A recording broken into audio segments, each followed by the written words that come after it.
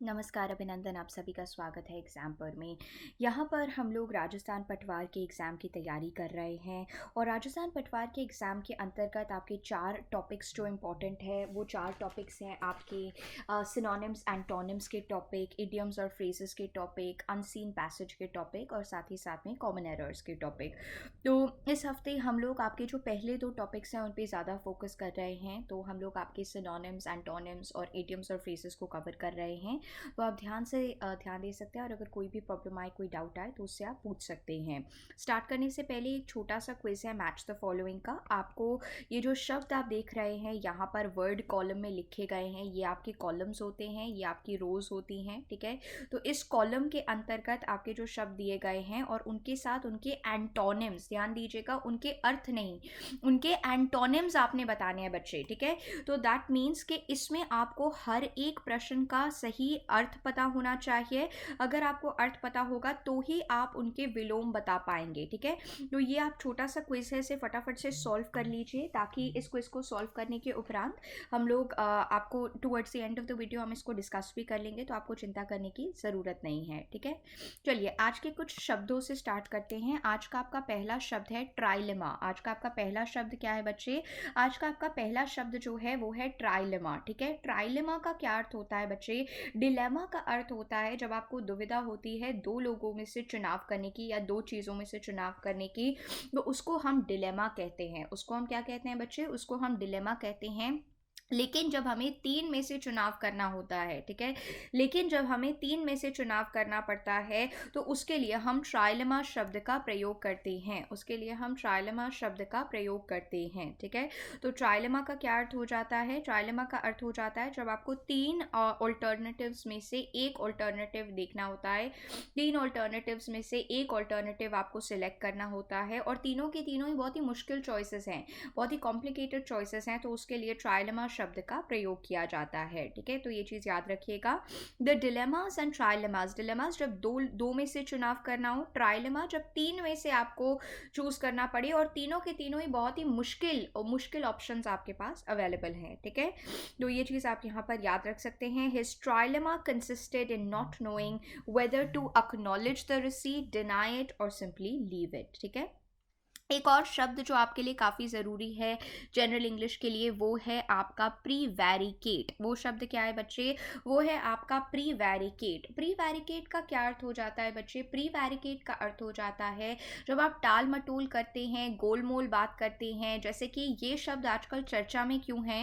ये शब्द इसलिए चर्चा में है क्योंकि चाइना ने क्या किया? चीन ने जो कोरोना वायरस है उसका कहा कि सिर्फ हमारे 100 से अधिक लोगों की ही मौत हुई है, लेकिन असल में फिगर बहुत ही ज़्यादा बड़ी थी। फिगर आपकी 20-25 हज़ार से ज़्यादा का था। तो पूरा का पूरा वर्ल्ड क्या कह रहा है कि चाइना की हैबिट है प्रीवैरिकेट करना, टाल मटोल करना, और इसी की वजह से कई सारी परेशानियां भी फेस करनी पड़ी हैं, ठीक है। तो प्रीवैरिकेट का क्या अर्थ हो जाता है बच्चे? प्रीवैरिकेट का अर्थ हो जाता है जब आप टाल मटोल करते हैं, बात को सच नहीं बताते हैं, सच को छिपाते हैं। जब आप सच को छिपाते हैं तो उसके लिए प्रीवैरिकेट शब्द का प्रयोग किया जाता है, ठीक है।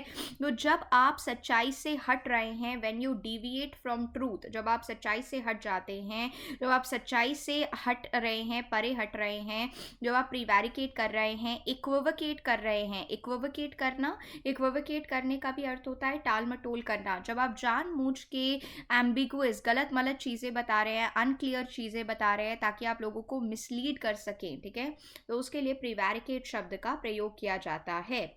When you prevaricate, you lie or mislead। जब आप प्रिवैरिकेट करते हैं तो आप क्या कर रहे हैं? आप या तो झूठ बोल रहे हैं या आप गलत बोल रहे हैं। तो इक्विवोकेट करना, इसको याद रखिएगा। प्रिवैरिकेट करना, इसको याद रखिएगा। टाल मटोल करना या झूठ बोलना, सच को छिपाना। डिविएट यानी कि हटना, मार्ग से हटना, ठीक है। अब यहाँ पर मुझे फटाफट से बताइए, आप सभी लोग जल्दी से लिख के बताइए, प्रिवैरिकेट का क्या अर्थ हो जाता है? इन तीनों में से प्रिवैरिकेट का क्या अर्थ हो जाएगा? प्रिवैरिकेट करना, जब आप सच्चाई से दूर भागते हैं, जब आप झूठ बोलते हैं, ठीक है। और प्रिवैरिकेटर जो झूठ बोलता है, प्रिवैरिकेटर कौन होता है बच्चे? प्रिवैरिकेटर होता है जो झूठ बोलता है। प्रिवैरिकेट का क्या अर्थ हो जाता है बच्चे? प्रिवैरिकेट का अर्थ हो जाता है इक्विवोकेट करना। प्रिवैरिकेट का क्या अर्थ हो जाता है? इक्विवोकेट करना। हाइबरनेट, जब आप अपने कंप्यूटर सिस्टम को थोड़ी देर तक के लिए बंद कर देते हैं, जब आप अपने कंप्यूटर सिस्टम को थोड़ी देर तक के लिए बंद कर देते हैं, आप हाइबरनेट कर रहे हैं। प्रोक्रेस्टिनेट यानी कि डीले करना, प्रोक्रेस्टिनेट यानी कि डीले करना, प्रोक्रेस्टिनेट यानी कि डीले करना। मैस्टिकेट यानी कि चबाना, मैस्टिकेट यानी कि चबाना, ठीक है। तो इक्विवोकेट आपका बिल्कुल सही जवाब है। चलिए फटाफट से अगले आपके फ्रेज पे चलते हैं। The proof of the pudding is in eating, the proof of the pudding is in eating. देखिए अक्सर ये कहा जाता है कि अगर आपको एक तरह का अनुभव होता है किसी चीज़ का तो ही आप पे ट्रस्ट किया जा सकता है, ठीक है।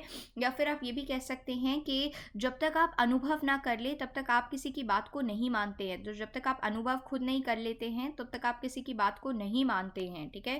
तो the proof of the pudding is in eating का क्या अर्थ हो जाता है बच्चे? कि जब तक आपका प्रैक्टिकल एक्सपीरियंस नहीं होगा, ठीक है, जब तक आपका किसी चीज़ के लिए प्रैक्टिकल एक्सपीरियंस नहीं होगा तब तक आप उसको बिलीव नहीं करेंगे।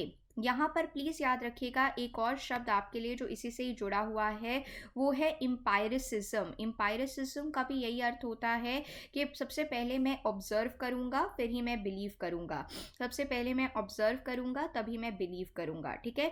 तो ये चीज़ आपने याद रखना है। The proof of the pudding is in eating का क्या अर्थ हो जाता है? कि आपका प्रैक्टिकल एक्सपीरियंस जो है वो बहुत ज़्यादा इंपॉर्टेंट रहता है, तभी आप बिलीव करेंगे। The proof of the pudding is in eating, ठीक है। Yet the proof of the pudding is in eating just as clearest indicant of merit has always been performance, ठीक है। तो proof of the pudding is in eating का अर्थ हो जाता है जब तक आपको प्रैक्टिकल एक्सपीरियंस नहीं होगा तब तक आप बिलीव नहीं करेंगे, ठीक है। तो proof of the pudding is in eating, that means जब तक आप उसको ट्राई नहीं करेंगे तब तक आप बिलीव नहीं करेंगे।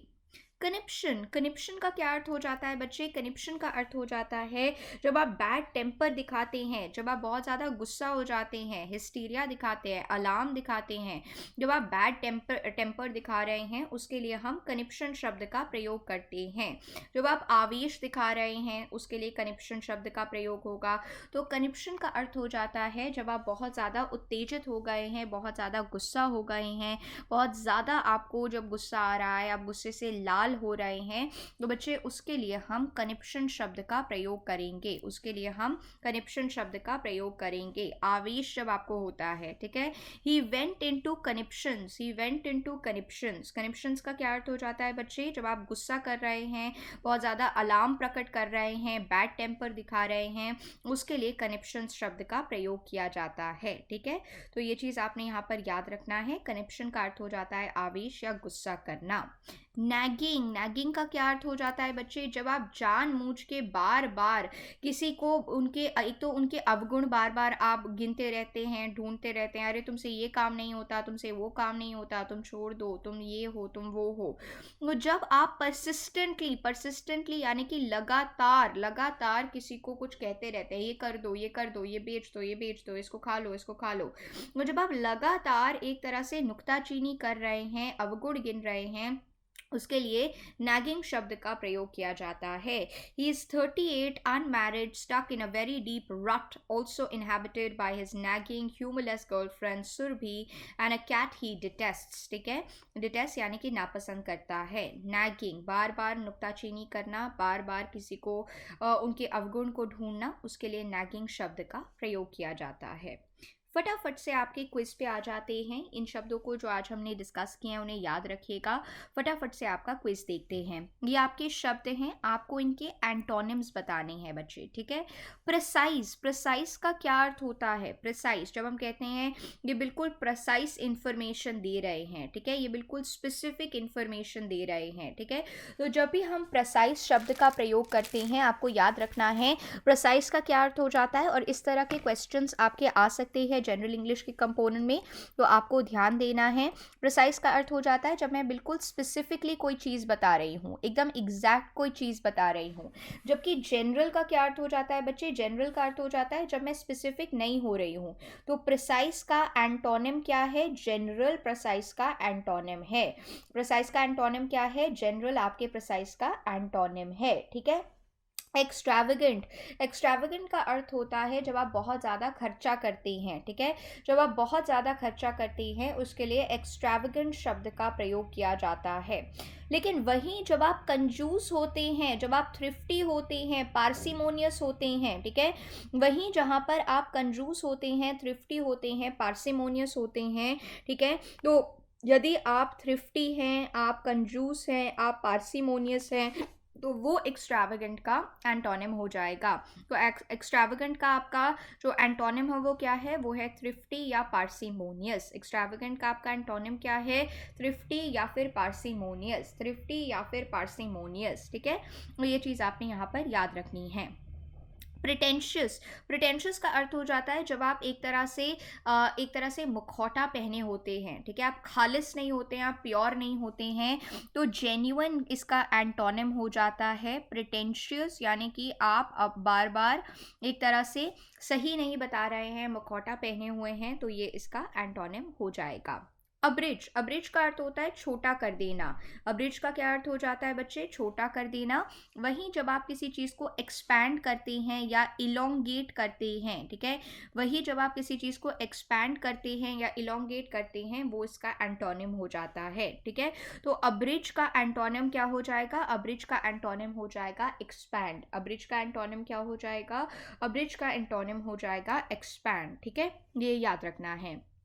हार्मनी, एकता, एमिटी, ठीक है, हार्मनी, एकता, एमिटी, जब आप दूसरों के साथ एकता दिखा रहे हैं, एमिटी दिखा रहे हैं, वहीं पे ही अगर आप किसी के साथ लड़ाई झगड़ा करते हैं, स्ट्राइफ करते हैं, तो ये इसका एंटोनिम हो जाएगा। ठीक है, ये चीज़ आपने ध्यान में रखनी है। आप अपने पॉइंट्स भी गिनते रहिए कि कितने आपके सही जवाब आए हैं, कितने आपने गलत किए हैं, तो ये भी गिनते रहिए, ये भी आपके लिए काफ़ी आवश्यक रहेगा। मैनिकल्स, मैनिकल्स का क्या अर्थ होता है बच्चे? मैनिकल्स का अर्थ होता है जब आप किसी को बंदी बना देते हैं। मैनिकल्स का क्या अर्थ होता है? मैनिकल्स का अर्थ होता है जब आप किसी को बंदी बना देते हैं। वहीं पे ही अगर आप किसी को लिबरेट कर रहे हैं, वहीं पे ही आप किसी को अगर लिबरेट करते हैं, तो ये मैनिकल्स का आपका एंटोनिम हो जाएगा। डेंस यानी कि भरा हुआ, जैसे इनके सर पे बहुत ही डेंस बाल हैं, भरे हुए हैं। वहीं स्पार्स यानी कि कम, स्पार्स यानी कि कम। ठीक है, तो डेंस का एंटोनिम क्या हो जाएगा? डेंस का एंटोनिम स्पार्स हो जाएगा। ऑस्ट्रेसाइज करना, किसी को निकाल देना, किसी को हटा देना। वहीं पे इंक्लूड करना, इंक्लूड करना, जब आप किसी को इंक्लूड करते हो बच्चे, वो इसका सही जवाब हो जाएगा। ठीक है, बरोक, बहुत ज़्यादा स्टाइल में लिखना, बहुत ही ज़्यादा स्टाइल में लिखना। ठीक है, उसके लिए बरोक शब्द का प्रयोग किया जाता है। ठीक है, बरोक यानी कि बहुत अच्छी तरह से इलैबोरेट स्टाइल में, तो इसका एंटोनिम क्या हो जाएगा? प्लेन, साफ। बैटी का अर्थ होता है बिल्कुल बेवकूफ़। ठीक है, बिल्कुल ही ना समझ। ठीक है, वहीं पे ही सेन जो है इसका एंटोनिम हो जाएगा। आप दोबारा से देख लीजिए ये आंसर्स को। प्रिसाइज का है जनरल, एक्स्ट्रावेगेंट का है थ्रिफ्टी, प्रिटेंशियस का है जेन्युइन, अब्रिज का है एक्सपैंड, हार्मनी का है स्ट्राइफ, मैनिकल्स का है लिबरेट, डेंस का है स्पार्स, ऑस्ट्रोसाइज का है इंक्लूड, बरोक का है प्लेन, बैटी का है सेन। ठीक है, तो ये आपने याद रखना है। बैटी और सेन याद रखिएगा। बैटी का अर्थ होता है नासमझ, बरोक का अर्थ होता है इलैबोरेट, ऑस्ट्रोसाइज का अर्थ होता है जब आप किसी को निकाल देते हैं। ठीक है, किसी को पराया बना देना। अगर कोई भी शब्द इसमें से किसी में भी प्रॉब्लम है तो उसे आप कॉमेंट सेक्शन में अवश्य लिखिएगा, हम उसे ज़रूर सॉल्व कर देंगे।